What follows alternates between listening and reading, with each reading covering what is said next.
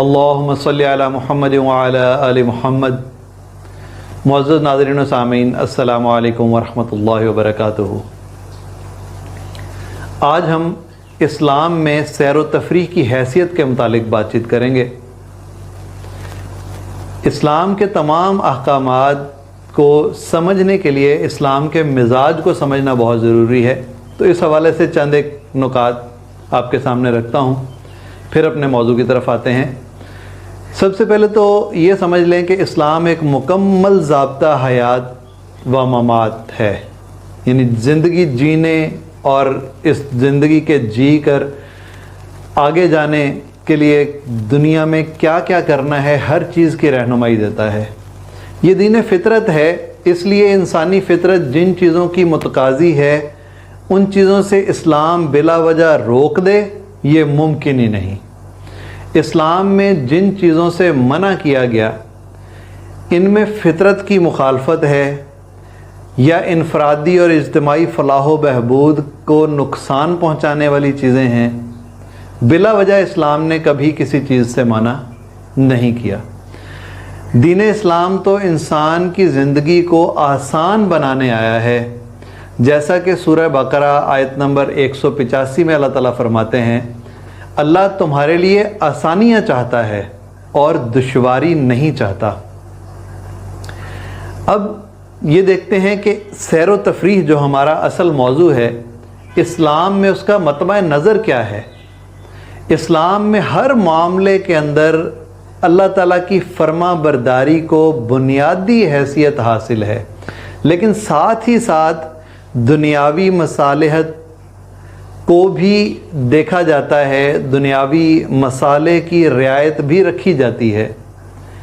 انسان سائنسی نقطہ نظر سے، جیسا کہ ڈارون نے کہا تھا، نہ تو ایک جانور ہے، نہ جدید یورپی نظریے کے مطابق کہ یہ زندگی ہمیں صرف کھیل کود کے لیے ملی ہے، ایسا ہرگز نہیں، بلکہ اسلام ہمیں باقاعدہ انسان ہونے کی حیثیت سے پورا مقصد بیان کرتا ہے کہ اس زندگی کا، ہمیں جو دی گئی زندگی ہے، اس کا مقصد کیا ہے۔ تو اللہ تعالیٰ نے واضح طور پر اس میں ہمیں مقصد بتلا دیا ہے کہ انسان کا اصل مقصد عبادت ہے، اور عبادت کا معنی یہ ہے کہ آخری درجے کی عاجزی و انکسار انسان کے اندر پیدا ہو جائے۔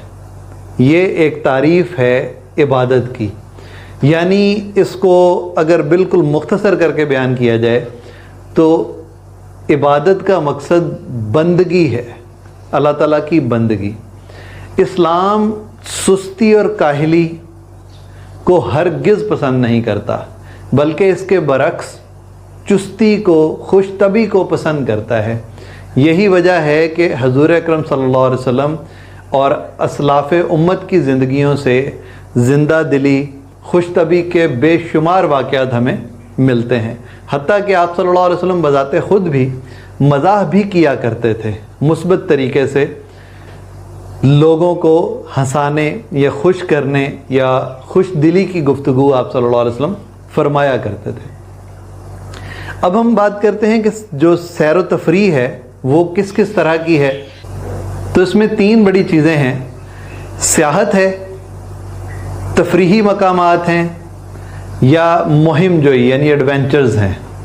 تو سیاحت نئے مقامات کی دریافت کو بھی کہا جاتا ہے، اللہ تعالیٰ کے بنائے گئے خوبصورت خوش کن مناظر کو دیکھ کر اس کی تخلیق کے کرشمے کا اظہار ہوتا ہے، ان مناظر کو دیکھنا بھی سیاحت ہے۔ سائنسی ایجادات کو دیکھنا، بلند و بالا عمارتوں کو، سائنسی تعمیرات کو دیکھنا، یہ بھی سیاحت میں آتا ہے۔ آثار قدیمہ کا دیکھنا، پرانی جو قومیں گزریں ان کے جو آثار، ان کی تہذیبوں کے کھنڈرات، ان کے جو نشانیاں موجود ہیں ان کو دیکھنا، یہ بھی سیاحت میں آتا ہے۔ مقدس مقامات کی زیارت کے لیے جانا، یہ بھی سیاحت ہے۔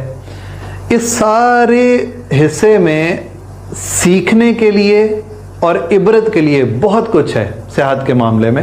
یہی وجہ ہے کہ ہر زمانے میں اہل علم و عمل اس کا شوق بھی رکھتے تھے، اور پھر انہوں نے اسی سیاحت کے بعد باقاعدہ سفر نامے تحریر کیے، کتابیں تحریر کیں۔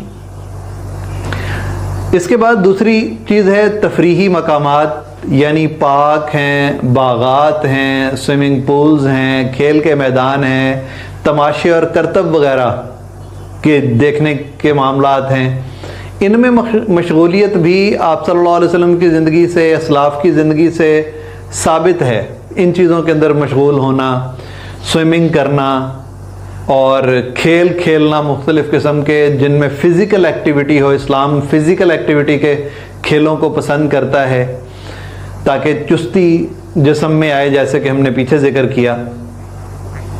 اور پھر بہت سارے کرتب وغیرہ جو مختلف لوگ دکھاتے ہیں یا کوئی تماشا ہے، اس کو دیکھنے کے واقعات بھی ملتے ہیں۔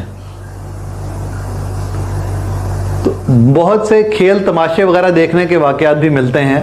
آپ صلی اللہ علیہ وسلم بذات خود حضرت عائشہ رضی اللہ تعالیٰ عنہ کو وہ بدوی لوگوں کے کرتب دکھانے کے لیے لے کر گئے، اس کا ذکر حدیث کے اندر موجود ہے۔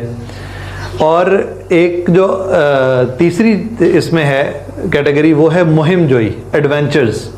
تو یہ بھی مقاصد کے تحت صحابہ کی زندگی میں بھی اس کے بہت سارے واقعات ملتے ہیں، لیکن یہ مہمات بہت اعلیٰ مقاصد کے لیے ہوا کرتی تھیں، یعنی دشمن پر دھاک بٹھانے کے لیے، کسی فتنے کا سر کچلنے کے لیے، اور جدید دور کی جو فتنے ہیں ان کو دبوچنے کے لیے یہ مہمات ماضی میں بھی ہوتی رہیں۔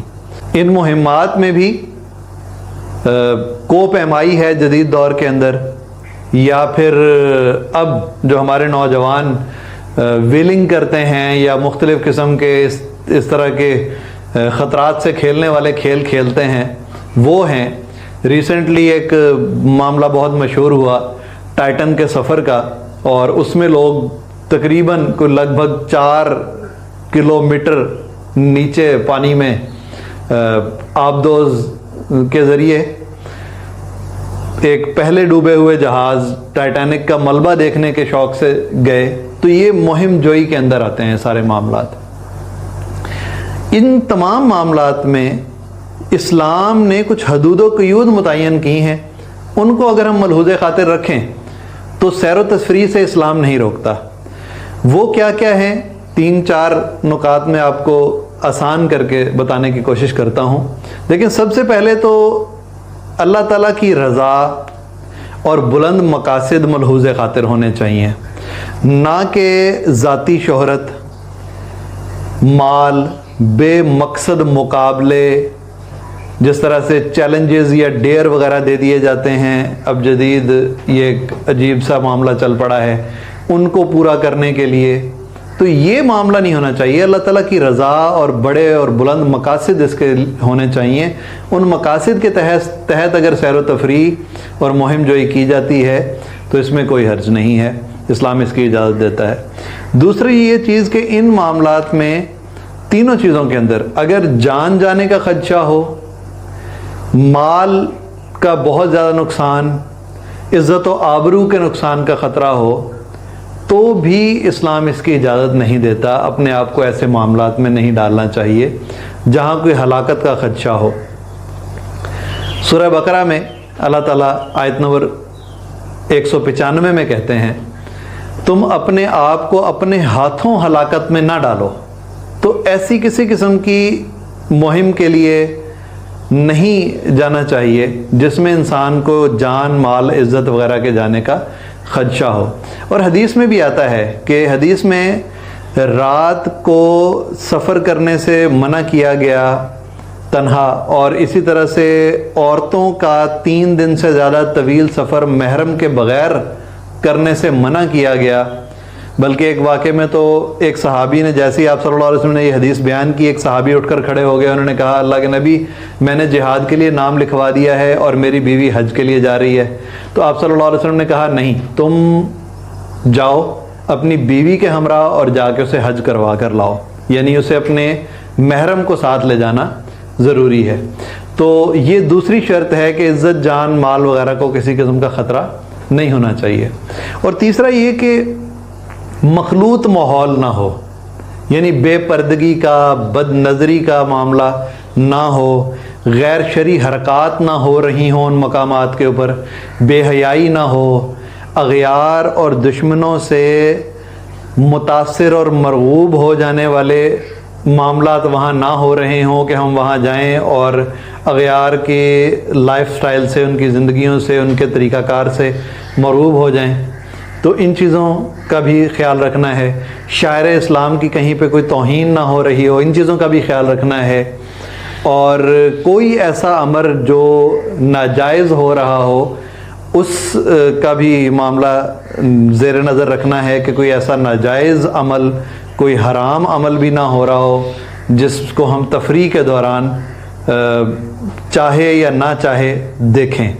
تو ان چیزوں سے بچنے کے لیے حد الوسع کوشش کرنی چاہیے۔ اب وہ تمام سوالات میرا خیال ان حدود و قیود کو سامنے رکھ کر حل ہوتے ہیں کہ کیا ہمیں کوہ پیمائی کرنی چاہیے، کیا ہمیں ٹائٹن جیسے ایڈونچر سفر کرنے چاہیے، اور کیا ہمیں کوئی خطرناک کھیل کھیلنے چاہیے، کیا یہ آگے 14 اگست آ رہی ہے، نوجوان بہت زیادہ ان معاملات میں مشغول ہو جاتے ہیں، بائکس کے اوپر ویلنگ کرتے ہیں، اتنے خطرناک کھیل کھیلتے ہیں کہ باقاعدہ ہمارے ریسکیو ٹیمز کو ایمرجنسی ڈیوٹیز اور ایکسٹرا ڈیوٹیز لگانی پڑتی ہیں، ہاسپٹلز میں ایمرجنسی نافذ ہو جاتی ہیں، اتنے حادثات اس موقع پر ہوتے ہیں۔